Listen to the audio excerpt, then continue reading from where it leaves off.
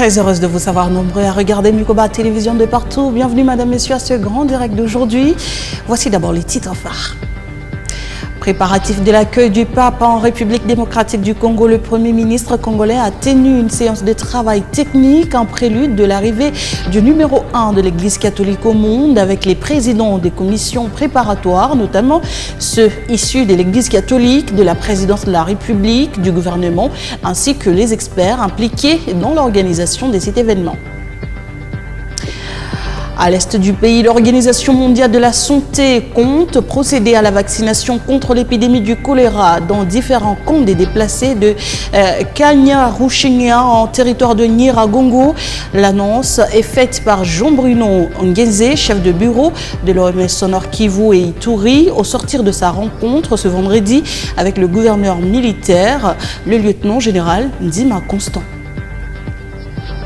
Au Lualaba, à l'occasion de la célébration des héros nationaux congolais, Patrice Emery Lumumba et Laurent Désiré Kabila, la compagnie minière de Moussonoy a remis quelques vivres à ses employés. Ce geste posé par Comus SAS est aussi considéré comme une gratification de ses agents pour le travail abattu jusqu'ici.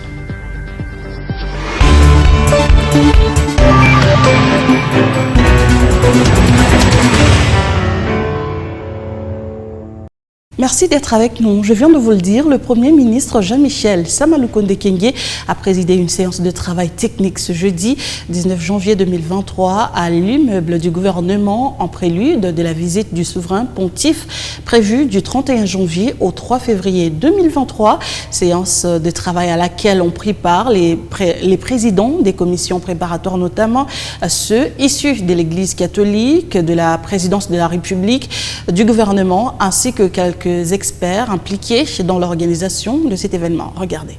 C'est vraiment une confirmation que le pape est attendu au sommet de l'État. C'est une confirmation que toutes les dispositions sont en train d'être prises pour que des milliers de fidèles qu'on attend puissent être à l'aise. Donc là, c'était l'occasion de faire un tour de table pour vérifier tous les aspects, parce que c'est une organisation complexe, vérifier tous les aspects et avoir des assurances. Le 25 janvier, l'essentiel sera fait, le reste sera la déclaration et tout. Donc, à ce stade, je demande aux fidèles chrétiens, aux hommes de bonne volonté, de ne pas hésiter de venir nombreux et accueillir le pape qui vient pour chacun d'eux, qui a un message pour chacun d'eux, et toutes les dispositions sont prises. On est conscient qu'ils seront matinales, mais les dispositions sont prises pour qu'ils soient à l'aise. Nous sommes à 12 jours de l'événement, et d'ailleurs cette nuit, le Premier ministre lui-même était sur le coup des 0 heures sur les sites pour voir comment les travaux évoluent. Ici, il était question à nouveau de nous réunir dans ces cadres avec l'Église et toutes les commissions du gouvernement qui travaillent à préparer cet événement historique. Au regard des différentes informations avancées par les services ici, nous sommes en droit de penser que d'ici quelques jours, les sites seront prêts et nous pourrons procéder à des simulations. C'est l'occasion de rappeler la nécessité pour le Congolais de contribuer à écrire l'histoire, parce que le passage du pape en République démocratique du Congo, surtout qui nous fera l'honneur de rester plus de 3 jours, c'est un moment important. Il faut bien que les Congolais se mobilisent pour venir ces jours-là, pour que l'événement puisse être véritablement une fête en termes de réconciliation de tous les Congolais suivant la thématique que nous avons choisie. Apparition du choléra dans les différents camps des déplacés de Kanyaruchinya en territoire de Nyiragongo. L'Organisation mondiale de la santé compte procéder à la vaccination contre cette épidémie. Annonce faite par Bruno Ngenze, chef de bureau de l'OMS au Nord Kivu et Ituri, au sortir de sa rencontre ce vendredi avec le gouverneur de province, le lieutenant général Ndima Constant. Selon lui, plus de 3600 cas de choléra et 15 décès sont déjà enregistrés dans les camps des déplacés, d'où il faut urgemment une riposte. Suivez Jean-Bruno Ngenze, chef de division, chef de bureau de l'OMS au Nord Kivu et en Ituri, dans cet extrait choisi par Patrick Sialoa. Comme vous le savez, la province, en particulier le territoire de Nyiragongo, est confronté à une épidémie de choléra qui est due au mouvement des populations déplacées qui sont arrivées à la suite de la crise qui sévit dans la contrée. Et cette épidémie a déjà eu à avoir au moins 3600 cas avec 15 décès. Et l'OMS, qui est le partenaire technique, le conseiller du gouvernement en matière de santé, est venu effectivement pour échanger avec les gouverneurs sur notre appui par rapport à la riposte contre cette épidémie, mais aussi les autres interventions de santé que l'OMS appuie dans le pays et dans la province en particulier. Il a été décidé que nous puissions vacciner de personnes qui sont dans les camps de déplacés, mais autour des camps aussi. Et on va les vacciner contre le choléra. Il s'agit de personnes qui ont été ciblées selon le microplan que nous avons validé avec le PEF. Et il y a quelques amendements qui sont placés jusque-là et nous pourrons mettre à la disposition de ceux qui veulent pour avoir plus d'informations. Toujours à l'est du pays, l'attaque du site des déplacés de la plaine Savo par les miliciens Codeco ayant fait 7 morts et a suscité des manifestations spontanées jeudi à Boulay-Centre. Des déplacés en colère sont descendus dans la rue, pointant du doigt accusateur les casques bleus qui, d'après eux, n'ont rien fait pour empêcher l'attaque. Les détails avec Linda Kelinga Mugango dans ce commentaire. Les déplacés se sont attaqués aux casques bleus par des projectiles. Pour dissuader les manifestants, les soldats de la paix ont fait usage des tirs réels, blessant plusieurs personnes. Cette situation est consécutive à l'attaque du site Plaine Savo par les miliciens Codeco. 25 personnes ont été blessées pendant les manifestations, a indiqué à Actualité.cd le président de la société civile en chefferie des Bahema Badjéré. Près de 5000 déplacés venus des différentes localités vivent dans cette zone depuis plus d'une année. Le site de la plaine Savo a déjà été la cible des miliciens Codeco l'année dernière. En février, au moins 56 personnes avaient été tuées. Pour sa part, la milice Codeco a démenti jeudi 19 janvier son implication dans cette attaque armée qui a fait 7 morts.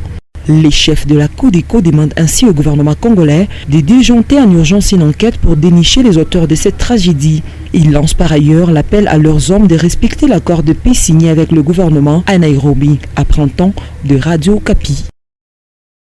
Quittons l'est du pays et allons dans le Grand Kasaï où tous les lotissements en cours dans la ville de Mbujimayi et dans ses périphéries n'ont respecté aucune procédure en la matière. Aucune étude, notamment celle de viabilité du sol, n'a été menée par les services compétents avant la mise en vente des parcelles.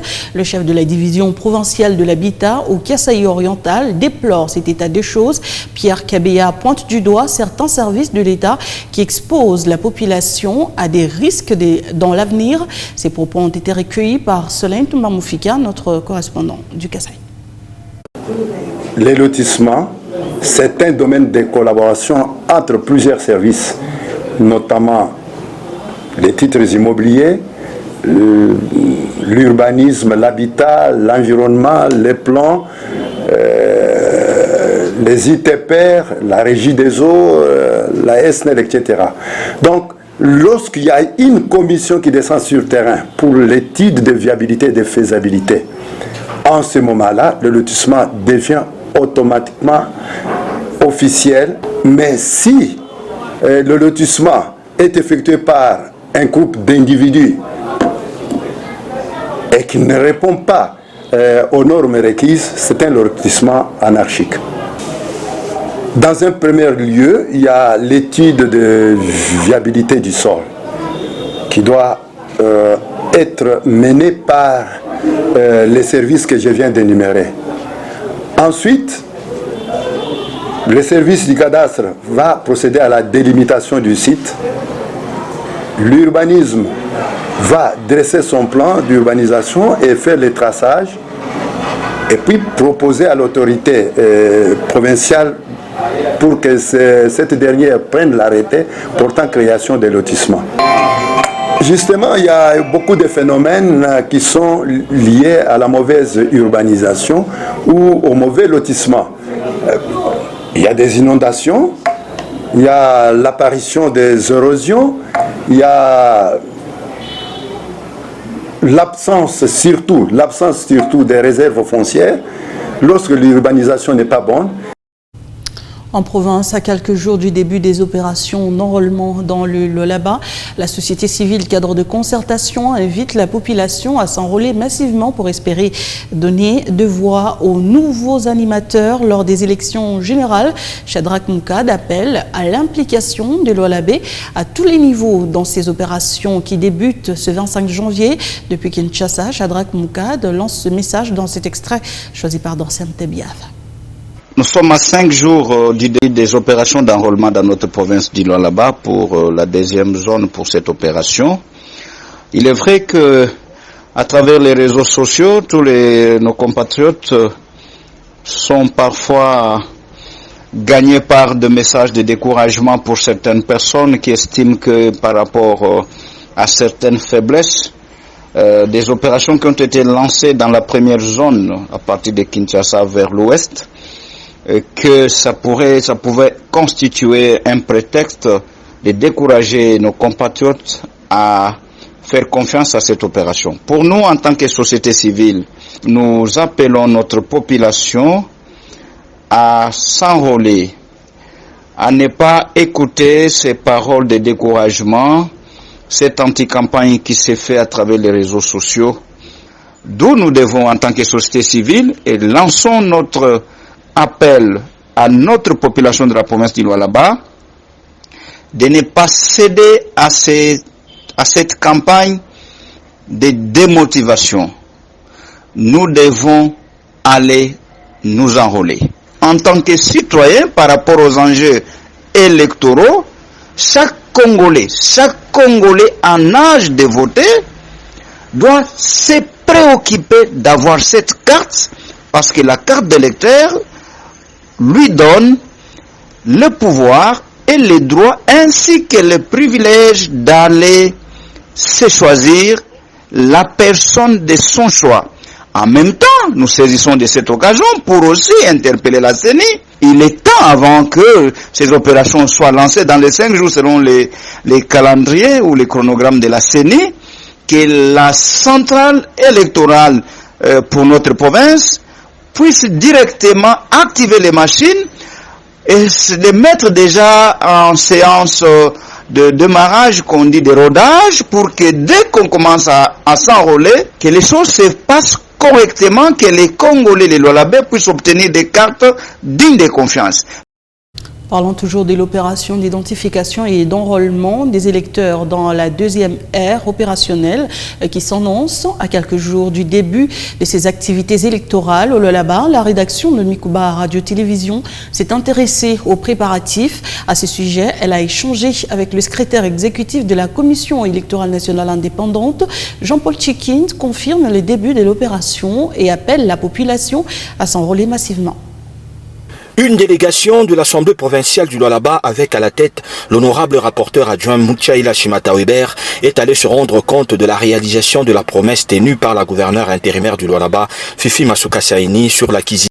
Les kits d'identification et d'enrôlement sont bel et bien arrivés au Lualaba. Son déploiement a déjà débuté à l'intérieur de la province, explique Jean-Paul Tchikind. Ces machines, ils ont d'abord les batteries qui a l'autonomie de 12 heures. Et il y a la batterie à côté.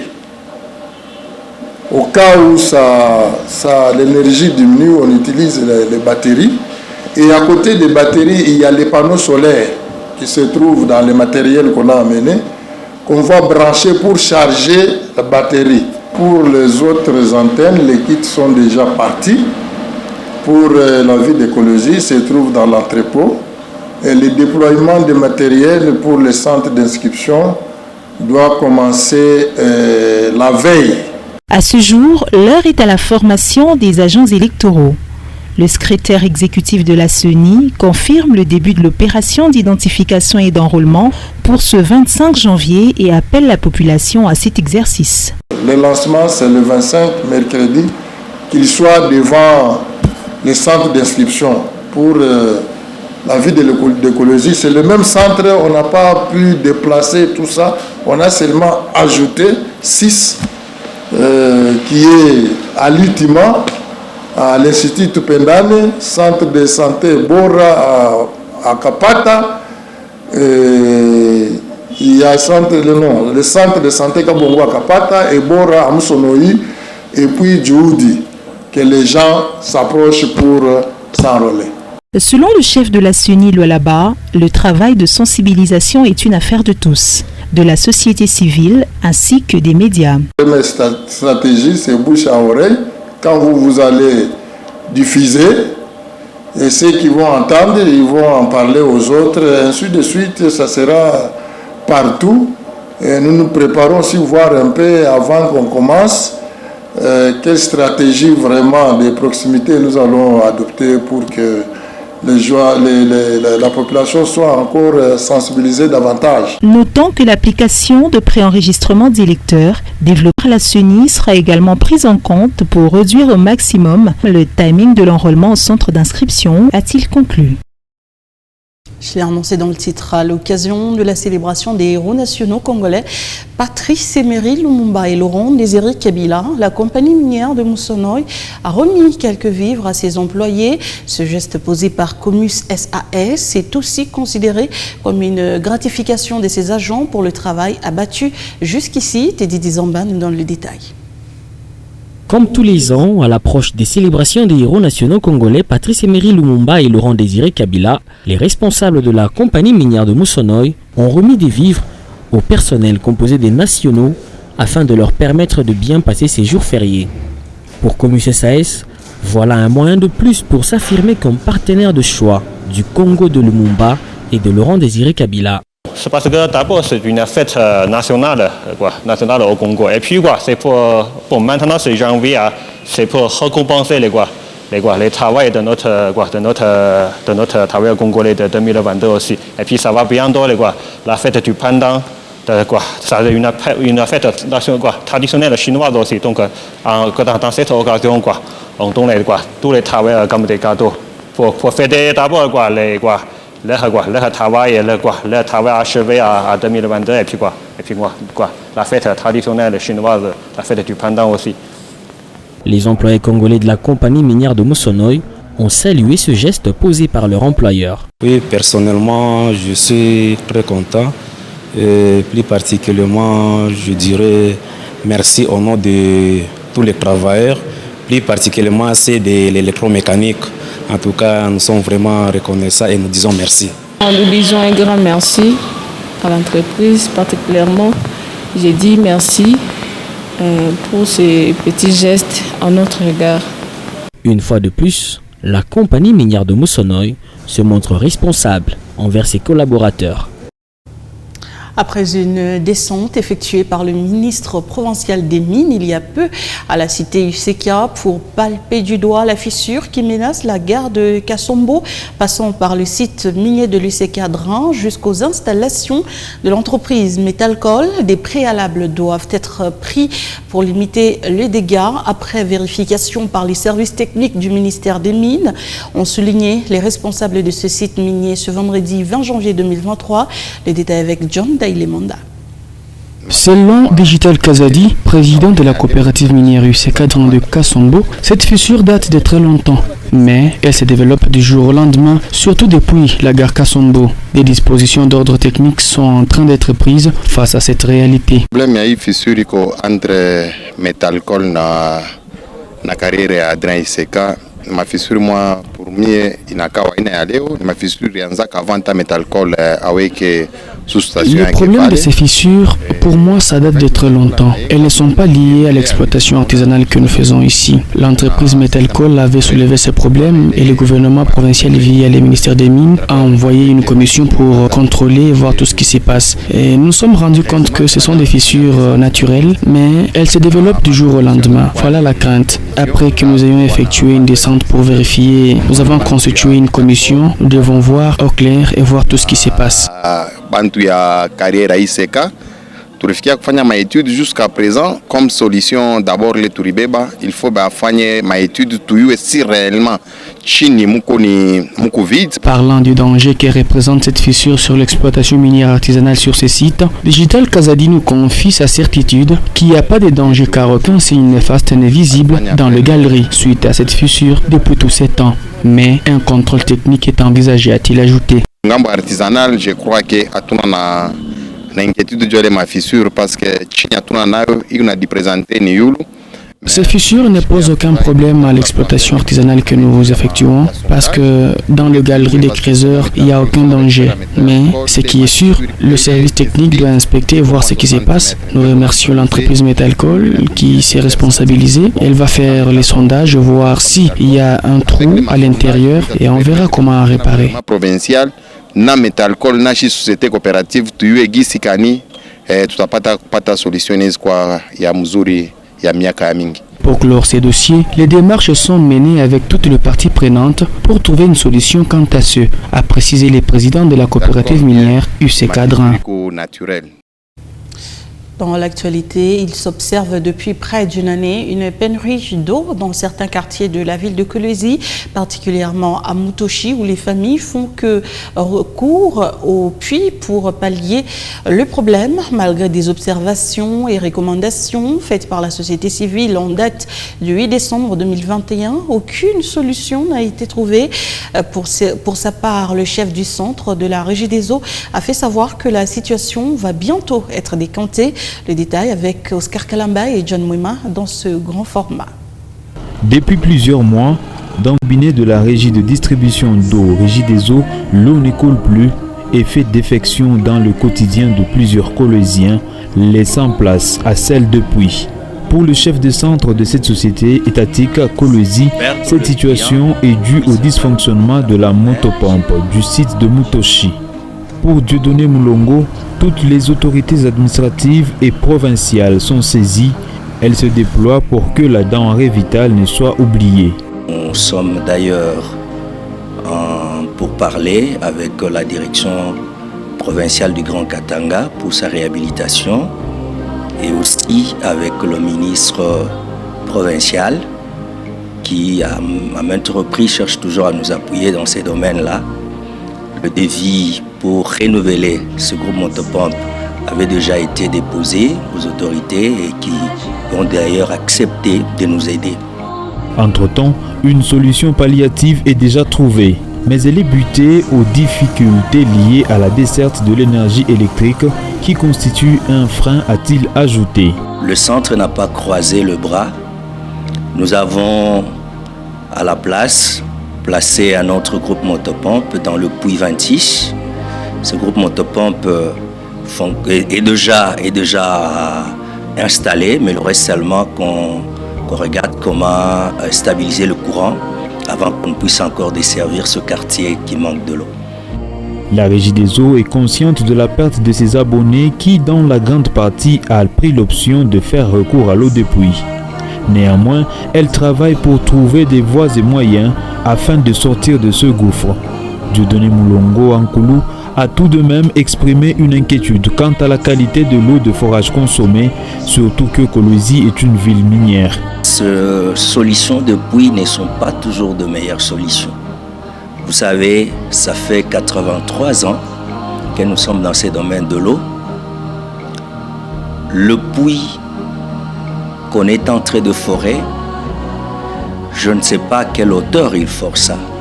Nous sommes dans une zone minière. Je peur que peut-être la profondeur ne soit pas bonne et que plus tard ça puisse causer de maladies aux gens. De toute façon, on ne nous a jamais associés lorsqu'on est en train de forer ce puits-là, mais c'est ma crainte que je suis en train d'exprimer. Perdre le client, oui c'est vrai, nous le perdons, mais nous sommes en train de nous battre pour récupérer ce client puisque nous sommes la seule société qui est expérimentée et qui est capable de donner de l'eau véritablement potable. La population est donc appelée à faire allégeance à cette société étatique car plusieurs projets à court, moyen et long terme sont en vue. À court terme, je venais de vous dire que nous avons, en attendant qu'on puisse réhabiliter le Grand Puits 36 bis, avec d'ailleurs le concours du ministre de l'Énergie, et en attendant également que nous puissions aussi réhabiliter d'autres puits sur le site Comis. Déjà, nous étions en pourparlers sur initiative du ministre de l'Énergie avec nos partenaires de Comis afin qu'ils puissent nous aider, puisqu'il y a un puits qui est juste en dehors de leur concession, le puits W16. Qu'ils puissent nous aider à réhabiliter ce puits-là, et de sorte que nous puissions encore renforcer toujours la capacité dans la desserte de l'eau. À long terme également, nous avons un projet très important pour capter de l'eau dans le fleuve Lualaba. Et ce projet tient compte de l'élargissement de notre ville. Une fois ce projet réalisé, la ville de Kolwezi ne parlera plus du manque d'eau, a fait savoir le chef de centre de la Régie des eaux. En décembre 2021, les acteurs de la société civile du Lualaba avaient dénoncé le manque d'eau et formulé quelques recommandations aux décideurs, qui malheureusement n'ont jamais été prises en compte. Entre-temps, la population continue à parcourir de longues distances pour se procurer de l'eau issue des puits de forage. On va finir par cette ouverture ce mercredi 18 janvier à travers le monde de la semaine de prière pour l'unité des chrétiens. À Kolwezi, c'est la paroisse Jourdain de l'église évangélique luthérienne qui a abrité le culte d'ouverture. Quelques chrétiens des différentes églises ont répondu présents à ce rendez-vous de prière. Michael Moutuila dans les détails.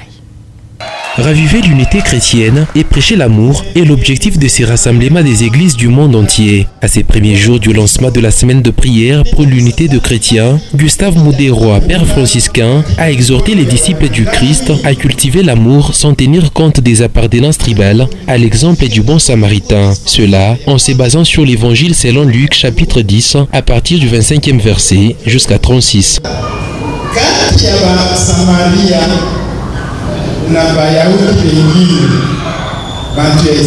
À cette époque, il n'y avait pas d'entente entre certains Samaritains et Juifs. Souvenez-vous même de la parabole de Jésus-Christ avec cette femme samaritaine à qui Jésus avait demandé de l'eau. Ne sachant pas que c'est elle qui avait besoin d'aller vers Jésus, elle a carrément refusé de l'eau à Jésus. C'est pour cela que nous vous demandons d'être aimables et généreux envers tous, étant donné que nous sommes tous disciples du Christ.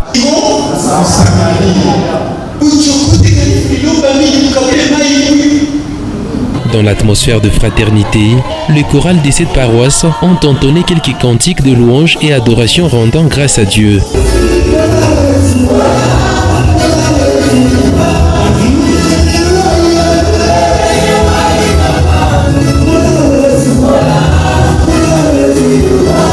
Pour Père Gustave Mouderoa, cette semaine de prière est une occasion de faire comprendre aux chrétiens qu'ils sont d'abord disciples du Christ avant d'être membres des différentes églises. Allez vous aussi, faites comme les bons Samaritains.